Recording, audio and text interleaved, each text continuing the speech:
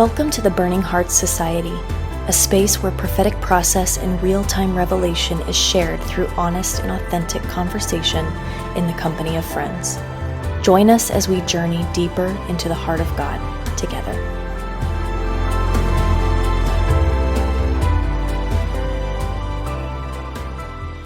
I've continued to have visions. It's interesting.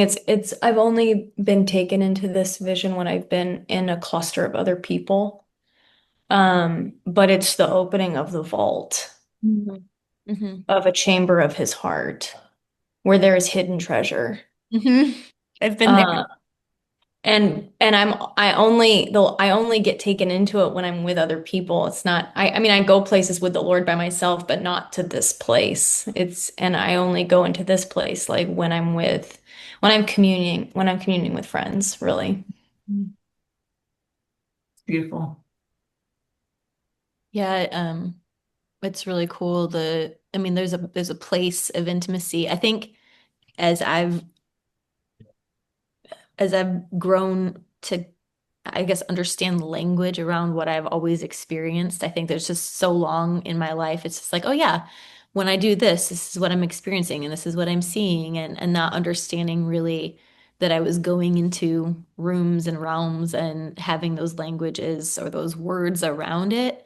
But the place that so often when I would sit at the keyboard, even like as a kid or teen, I would always see this wispy white veil, and I would go beyond this veil and just stand in this like bridegroom chamber, this bridal chamber, with Jesus, and just always at like the foot of the bed, just like almost like Ruth and Boaz, this kind of like um, this place of intimacy. And as my language around what I've experienced has grown, I've just understood it really, that is like that beyond the veil. It's the intimate place with him, and that place that you're talking about with the vault, Blake. I've been there a couple times, and the same thing. It's been with a group of people, other people coming into communion together.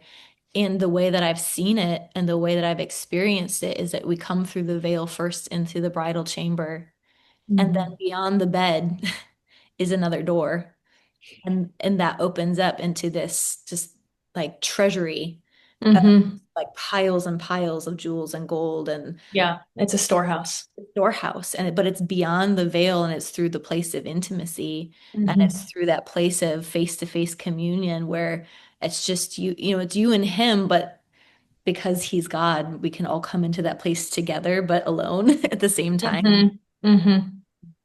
And it's Yeah. it's just so beautiful. I just wonder if there's more revelation that he's really wanting to bring into the body right now of what does it look like to be resourced from this place, Mm-hmm. because it's really a place of covenant.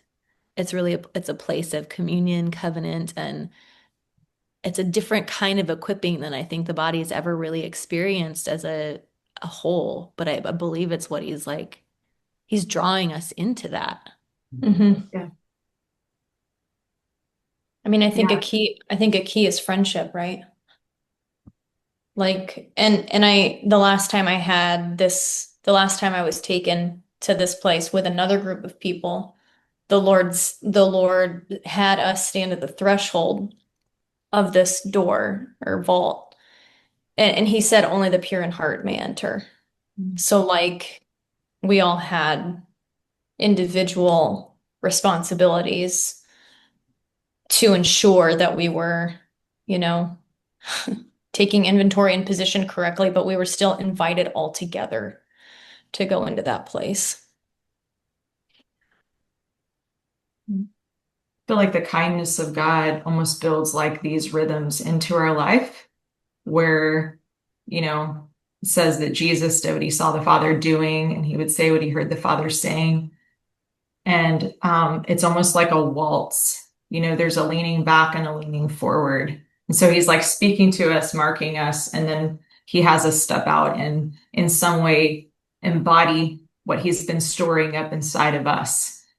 But then he says, okay, lean back again.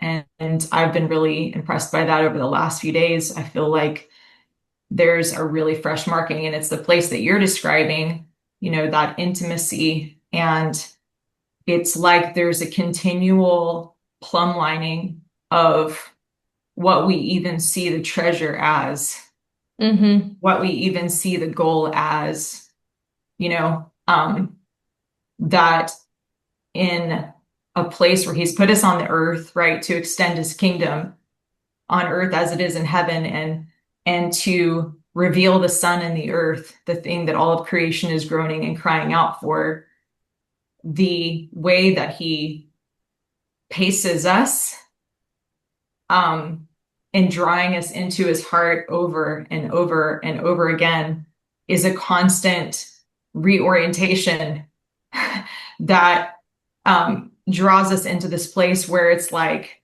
you are the point, you are the inheritance, I am your inheritance. Like, this is it. And Mm-hmm. I mean, it's very much like that place when you know we fell in love, when I fell in love with my husband, right? Everything else just kind of faded. Mm-hmm. Um, I still was functioning, I still was going to work, I still was doing the things, but in light of that all-consuming feeling of being lost in him, things just kind of fade. And I feel like there's this constant reorientation that happens in our heart where it's like, yeah, this really is the point. And everything comes through that lens of this is where I'm meant to live from.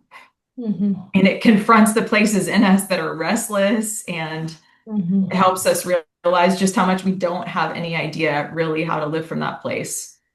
Um, but he's so kind, even in the way that he'll be like, "Yep, yeah, where you're feeling, stalled out right here, or you're feeling stuck. It's actually not stuck. It's actually a beckoning back into this place." I'm looking at Psalm 25. I don't know why I don't have my Bible near me. It's by my bed, but I'm like, what was I thinking? I have my phone. That's the second best, I guess. But I've really been thinking about Psalm 25, and the fear of the Lord has been such a theme over the last couple years, and the fear of the Lord being clean, enduring forever, the fear of the Lord being the place that draws the boundary lines for us in pleasant places that we can run without fear when we lean into the fear of the Lord, because we know that He's going to keep us in His love, and He's not going to let us, go off into, you know, un unsafe territory. But the Lord has really been connecting the pathway into his heart with the fear of the Lord. And he's just made it so clear over the last week or so, or the couple weeks, that this is why there's been like the place that he's taking the bride in intimacy and covenant and resourcing and even fitting for war, in the place of like bridal love, in being the place. And I'll share an encounter I had in a little bit, but it's the reason that he's had to take us through the fear of the Lord first is because it is the pathway into covenant. Mm. And Psalm 25 talks about that. Let's see, what's the right? I don't remember which version is the best where it talks specifically about the fear of the Lord. Uh, but in this one, I think this is NLT. In 25 it says, "For the honor of your name, O Lord, forgive my many, many sins. Who are those that fear the Lord? He will show them the path they should choose. They will live in prosperity, and their children will inherit the land. The Lord is a friend to those who fear him. He teaches them his covenant." Mm. Yeah. So And And good. that part, that those that fear the Lord are the ones that inherit and are taught what covenant looks like. And so often we've been trying to come at the fear of the Lord and covenant apart from one another, and yet mm-hmm. they're so married, and it's actually a progression. And he's been taking the body into this progression if we'll say yes. And so many that so beautifully have said yes to embracing the fear of the Lord, but not really knowing what it's unto, and just realizing that it's the fear of the Lord is unto being able to access the understanding and the resourcing of covenant. Yeah, So that's good. good. It's just been just opening my paradigm a little bit in that Yeah. aspect, because I'm like, Well, it's not just like, yes, the fear of the Lord is so important. It keeps us safe. It puts us in right position. It puts us in order. Yes, but it's always unto love. It's always unto Hmm. that place that's leading to a wedding at the Hmm. end of days. My I have the NS or the ESV here, and it says in verse 14, the friendship of the Lord is for those who fear him, and he makes known to them his covenant. And then the footnote of friendship means secret counsel. Wow. So the secret counsel of the Lord is for those who fear him. And that's what's beyond the vault. That's intimacy. His secret counsel is intimacy with him. They're intertwined, like you're saying, Natalie. It's so good. So good. Wow. Yeah, I mean, even a couple months ago, we have a kind of war room intercessory group that meets sometimes on Fridays, but the Lord's really been kind of shifting that a little bit. For a long time, it was very much like, okay, we're going to go up into the spirit and say, Jesus, what are you looking at today? What are you looking at, God? And then he'd show us nations or strategies or cities or, all sorts of things. And then we would ask him, okay, now what are you saying about this? And pray through those things. And that was really, he was developing, and I know that he was developing a pathway that we needed to learn first. But recently, he's been taking us more and more into that place of intimacy instead. And we went through a huge season in that group where he was like, okay, we're done interceding like that. We're done warring like that. Like, good job. You listen. Praise God. Mhm. You see that you can hear me. You see that like the things that you're seeing are happening in the earth and all that stuff. And obviously there's so much that's beautiful and it's needed, but he began to take us into the place of his heart and where I think I've shared this with you too before about the where he took us literally. I saw an anatomical heart and the right atrium began to open up, and inside of it was because so often he would take us into this place in the spirit of a war room table where with the strategy maps and you'd see the angelic activity all around and he's sitting at the head of the table, and it was very much like, okay, look at this country, look at this place, and look at this river, look at this pathway. And and it was like that table was no longer in the strategy room, it was actually in the right atrium of his heart. And he said, I'm going to teach you a different place to sit where you can war from this place inside my heart instead of the strategy room. Like you've learned the strategy room, but this is a higher strategy room. And as he opened up the heart, and there was this, again, that council table, as you're talking about the council, the secret council of the Lord, he brought us into his heart. And I saw in expanded vision, I saw these capillaries and veins and arteries running into the earth from the place of his heart. And he said, from here, legislate, from here, govern. And from here, you can legislate the blood of the Lamb into every situation and into every infirmity, into everything that is happening on the earth. When you learn to sit here, the legislation of the blood to flow to the place it's needed happens quickly. And I began to research what the right atrium does because I'm kind of a science nerd. I had studied biology, like I have a health science degree, so I took all the classes that you need for all that stuff. And so I was like, oh, okay, like trying to dig in my brain, and thankfully Google helped me out there because I did not remember. But it's the place that receives first the deoxygenated blood from the body, and it comes into the right atrium first before passing through the rest of the heart to be sent back out into the body. And so it's the first place where the oxygen begins to come back into the blood where it hasn't received the right life source. And also it's the place where the pacemaker of the heart is. It's the place where Mm. the rhythm is set for the heart, Mhm. for the body. Mhm. And that was the place that he was inviting us to sit, was in the place where his timing was, the place where his where healing was, where all those things are. And it was such a beautiful he's just inviting us to a higher perspective. He's inviting us to a place where we're not that the strategy room is wrong.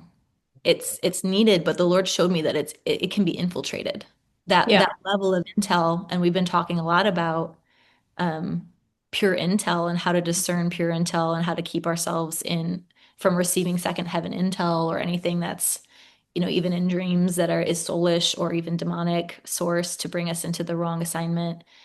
And he was showing me in that place of the strategy room. I was like, I was asking him why is it, I mean, it seems obvious why the heart, but why is this a different place than we've been before? And I saw that in that strategy room as I zoomed out a little bit more, that there were places where even like witches could sometimes access that place. And in the spirit, where they could infiltrate somehow, and I don't understand everything how this operates in the spirit. I'm definitely not an expert, but they can't get into his heart because the darkness cannot even comprehend Hmm. the heart of God.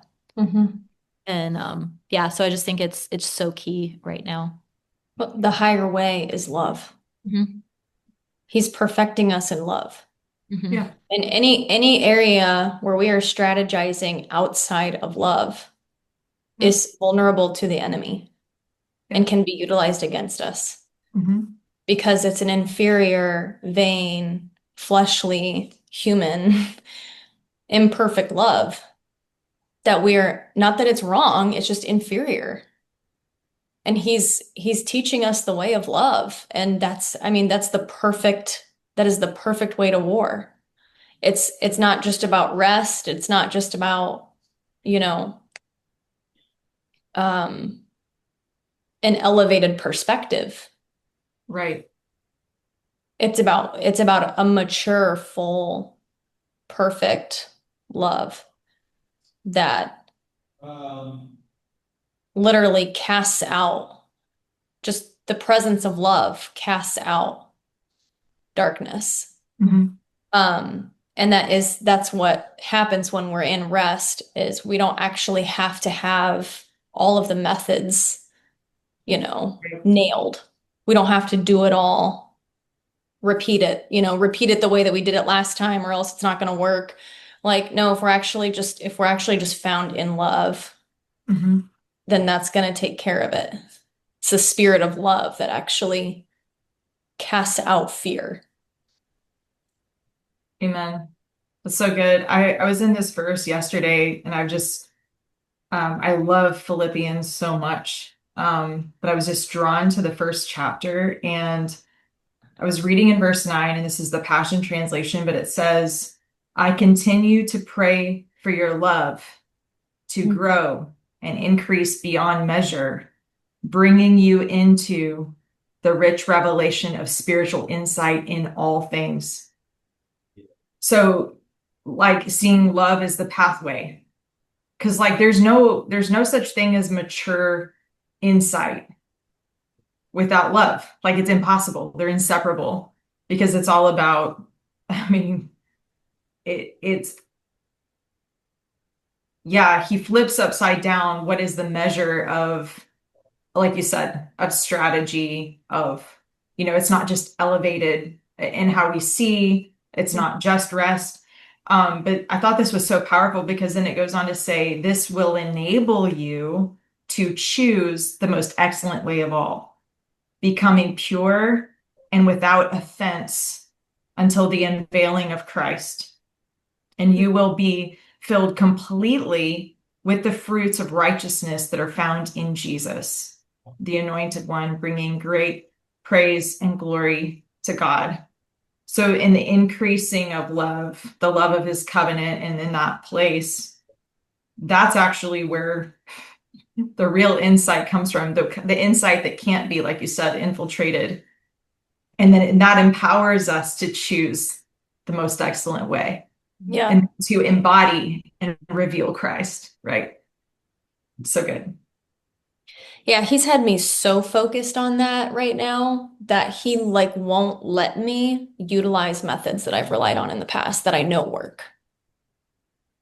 Like, Mhm. and he's bringing me back to a place of such simplicity that it's like actually frustrating because I'm like, Lord, I can clearly see that if I just do A, B, and C, this will work and this person will be free or they'll receive the message that I'm wanting to deliver. I know the truth that they need to hear. I know blah blah blah.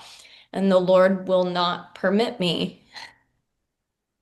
This is for me personally right now. I don't know if this is something he's doing corporately with everybody, but he's bringing me to a place of such childlikeness and dependence on his love for the person in front of me or the situation at hand or whatever it is that needs the solution, right? Whatever is in front of me where there's a problem and needs a solution, he will not permit me to repeat patterns and methods that are good, solid, biblical, repeatable methods, because he's teaching me the way of love.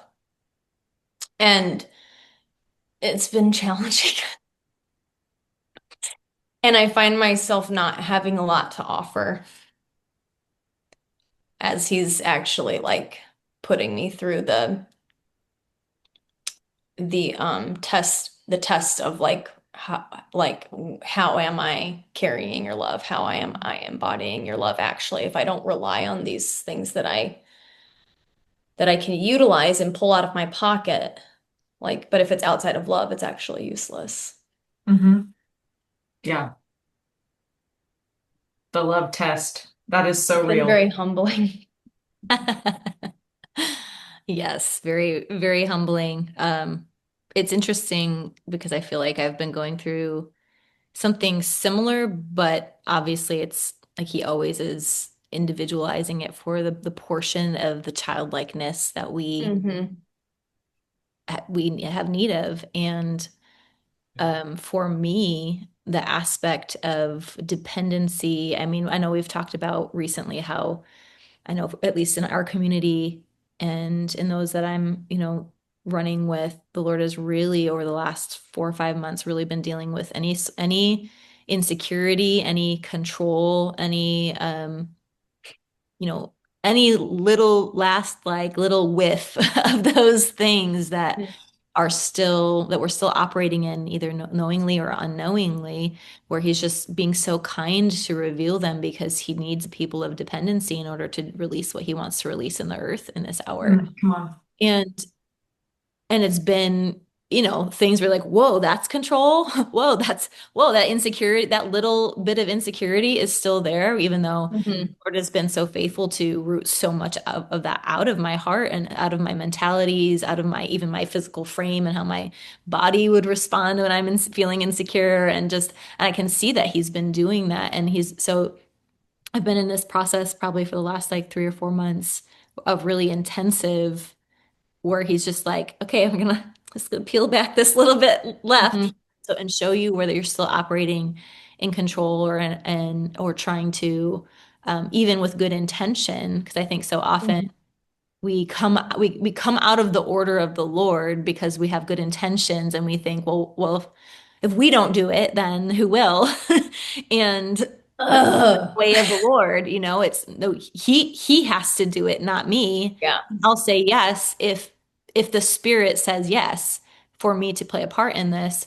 But in that development, as that the Lord's taken me through that, he's been bringing me into such confidence in him. Like there's been such a shift for me of just increase of faith of we went through a season where fruit was hard to come by. It Hmm. felt like, I mean, I know you guys were walking with me through that. I'm like, help me. I'm like, I feel so bad. Like everything's bad and everything's good, but it's really bad. And just where, fruit felt like, man, it just felt like trudging, deliverance felt like trudging, heart healing felt like trudging, like all the things, house church felt like like everything felt like trudging. And then obviously, I was going through a lot of personal stuff with my dad dying and all that stuff as well, but everything just felt like hard. And after our regional in August, it felt like we began to see, it was kind of like the backlogged fruit of what we had been sowing. And that season of hardship and of like, okay, God, is any of this even working? Like, is any of this like I know this is what you said, but does not feel like fruit. And then it felt like after August, the first weekend in August, we've started to see this capitulation or an increase of fruitfulness where like, oh, those seeds we planted in that really hard season are coming into fruition. And so one just it's been anchoring me in confidence of if not now, it will come. The fruit Hmm. will come, and that I don't have to actually control the timing of it. I don't have to even give into the pressures of people of like because we care about people so much and we love them. We're like, man, we don't want to see you still suffer. Like, as people who have suffered, we understand how hard it is to stay in that suffering place. And we want to see people, move forward in all of the things and all the ways. But I just find that over the last couple weeks, there's just such a confidence and a surety of God is going to move right now. Hmm. And not because I'm something special or because of any other reason other than it's who he is and God said. And so Hmm. this is what's going to happen because God said, and this is the appointed time, especially in the area of people getting free and deliverance and all of that. There's been multiple times now where we've been sitting in places where it just is coming so easy in depths that I've never known before. And it's not because we're doing anything different necessarily. I mean, we've gotten some new tools, but it's more just that I've just stepped into this. It's really a childlike faith. Uh, Yes. it's the childlikeness of confidence in a God who loves the person in front of me that Hmm. is going to move on their behalf. And not because I have reached some level of authority. It's literally that I've reached a new level of dependency, Hmm. recognizing like it's not because I have the right tool. It's because he loves them and he said it's right now. He said right now is the appointed time for this. And so I know it's going to happen right now. And it's just been bringing me, like you said, Blake, into just a new level of childlikeness, but in the realm of faith, because Hmm. he has been bringing me out of so much of the control or leaning on tools or leaning on known pathways and bringing me into so much of the unknown pathway. Yeah. Yeah. A phrase that Isaac, my husband, keeps hearing over and over again is healing unto belief. Mm. Hmm. Um, because a lot of times, and many times it's right that healing comes out of belief, right? But the Lord has been showing him that his desire is actually to heal people to bring them into a place of belief Hmm. and faith. And we've been seeing a lot of physical healings. Just that's the Lord, like what you're saying, Natalie, that like the time is right now. We are entering a harvest era, and the Lord is drawing all men to himself. And those who will partner with him in childlike dependence and just simply do go when he says go, pray when he says pray, lay hands when he says to lay hands, he's doing it unto the recipient's belief. So like if we partner with simple faith and belief, like the when Jesus was sent to the man who had a son and the disciples couldn't cast out the demon, and he said, well, you lack faith. And then the father said, I believe, help my unbelief. And then in response, Jesus heals his son, and the man believed. Hmm. So like he's doing that to draw like I don't know what I'm trying to say right now, but it's almost like he's there's a divine reversal, or like he's flipping the script a little bit of like where we felt like, oh well, I don't have enough belief, so I haven't seen, or I haven't been doing enough, so we haven't been able to like witness the fruit. I feel like there's just grace on simple obedience Yeah. in that place of childlikeness and dependency on him, and like moving in weakness, Mhm. where the Lord will actually answer us with healing, with miracles, with signs and wonders, so that those those around us will come into a place of belief and faith. Um, yeah. It's so good. It reminds me of the scripture about how faith works through love, Yeah. works by love. So, um, we were talking about just the whole place of coming from love and then the childlikeness that flows there. And I mean, I just literally saw a testimony of this last week where somebody was struggling to in a specific area regarding relationships and being able to experience confidence and trust um, within a certain dynamic. And it ended up bringing up a place that the Lord was wanting to heal. And um, the timing of God is so profound. It makes me think of, in Acts, I think it's Acts 17:26, where it talks about how he's predetermined our appointed times and boundaries so that we might grope for him. It's like there's this continual discovery, which brings us back to childlikeness of what are you up to in drawing me into this place of love, in this place of covenant, in this place of confidence. But so anyway, this person, they very much did not have that trust, that confidence. It's like, I know that God put me in this place, but I feel completely naked here and I have no confidence in. And it brings up something that the Lord's like, I'm going to heal that today. And they literally come into a place of encounter and healing. There actually ended up being a fracture in this aspect of their soul. And the Lord healed them and reintegrated that. And immediately, when they re-enter that same dynamic, they are completely different. There's a confidence in the Lord. It's not that people are perfect or that there's not going to be, a relationship requires building context and history. We're human. But there was such a deep-seated confidence that came in because of the healing, because of the encounter with the Father, that their first nature in that place was to start flowing from that confidence and from that faith that God was doing it. That's just so cool.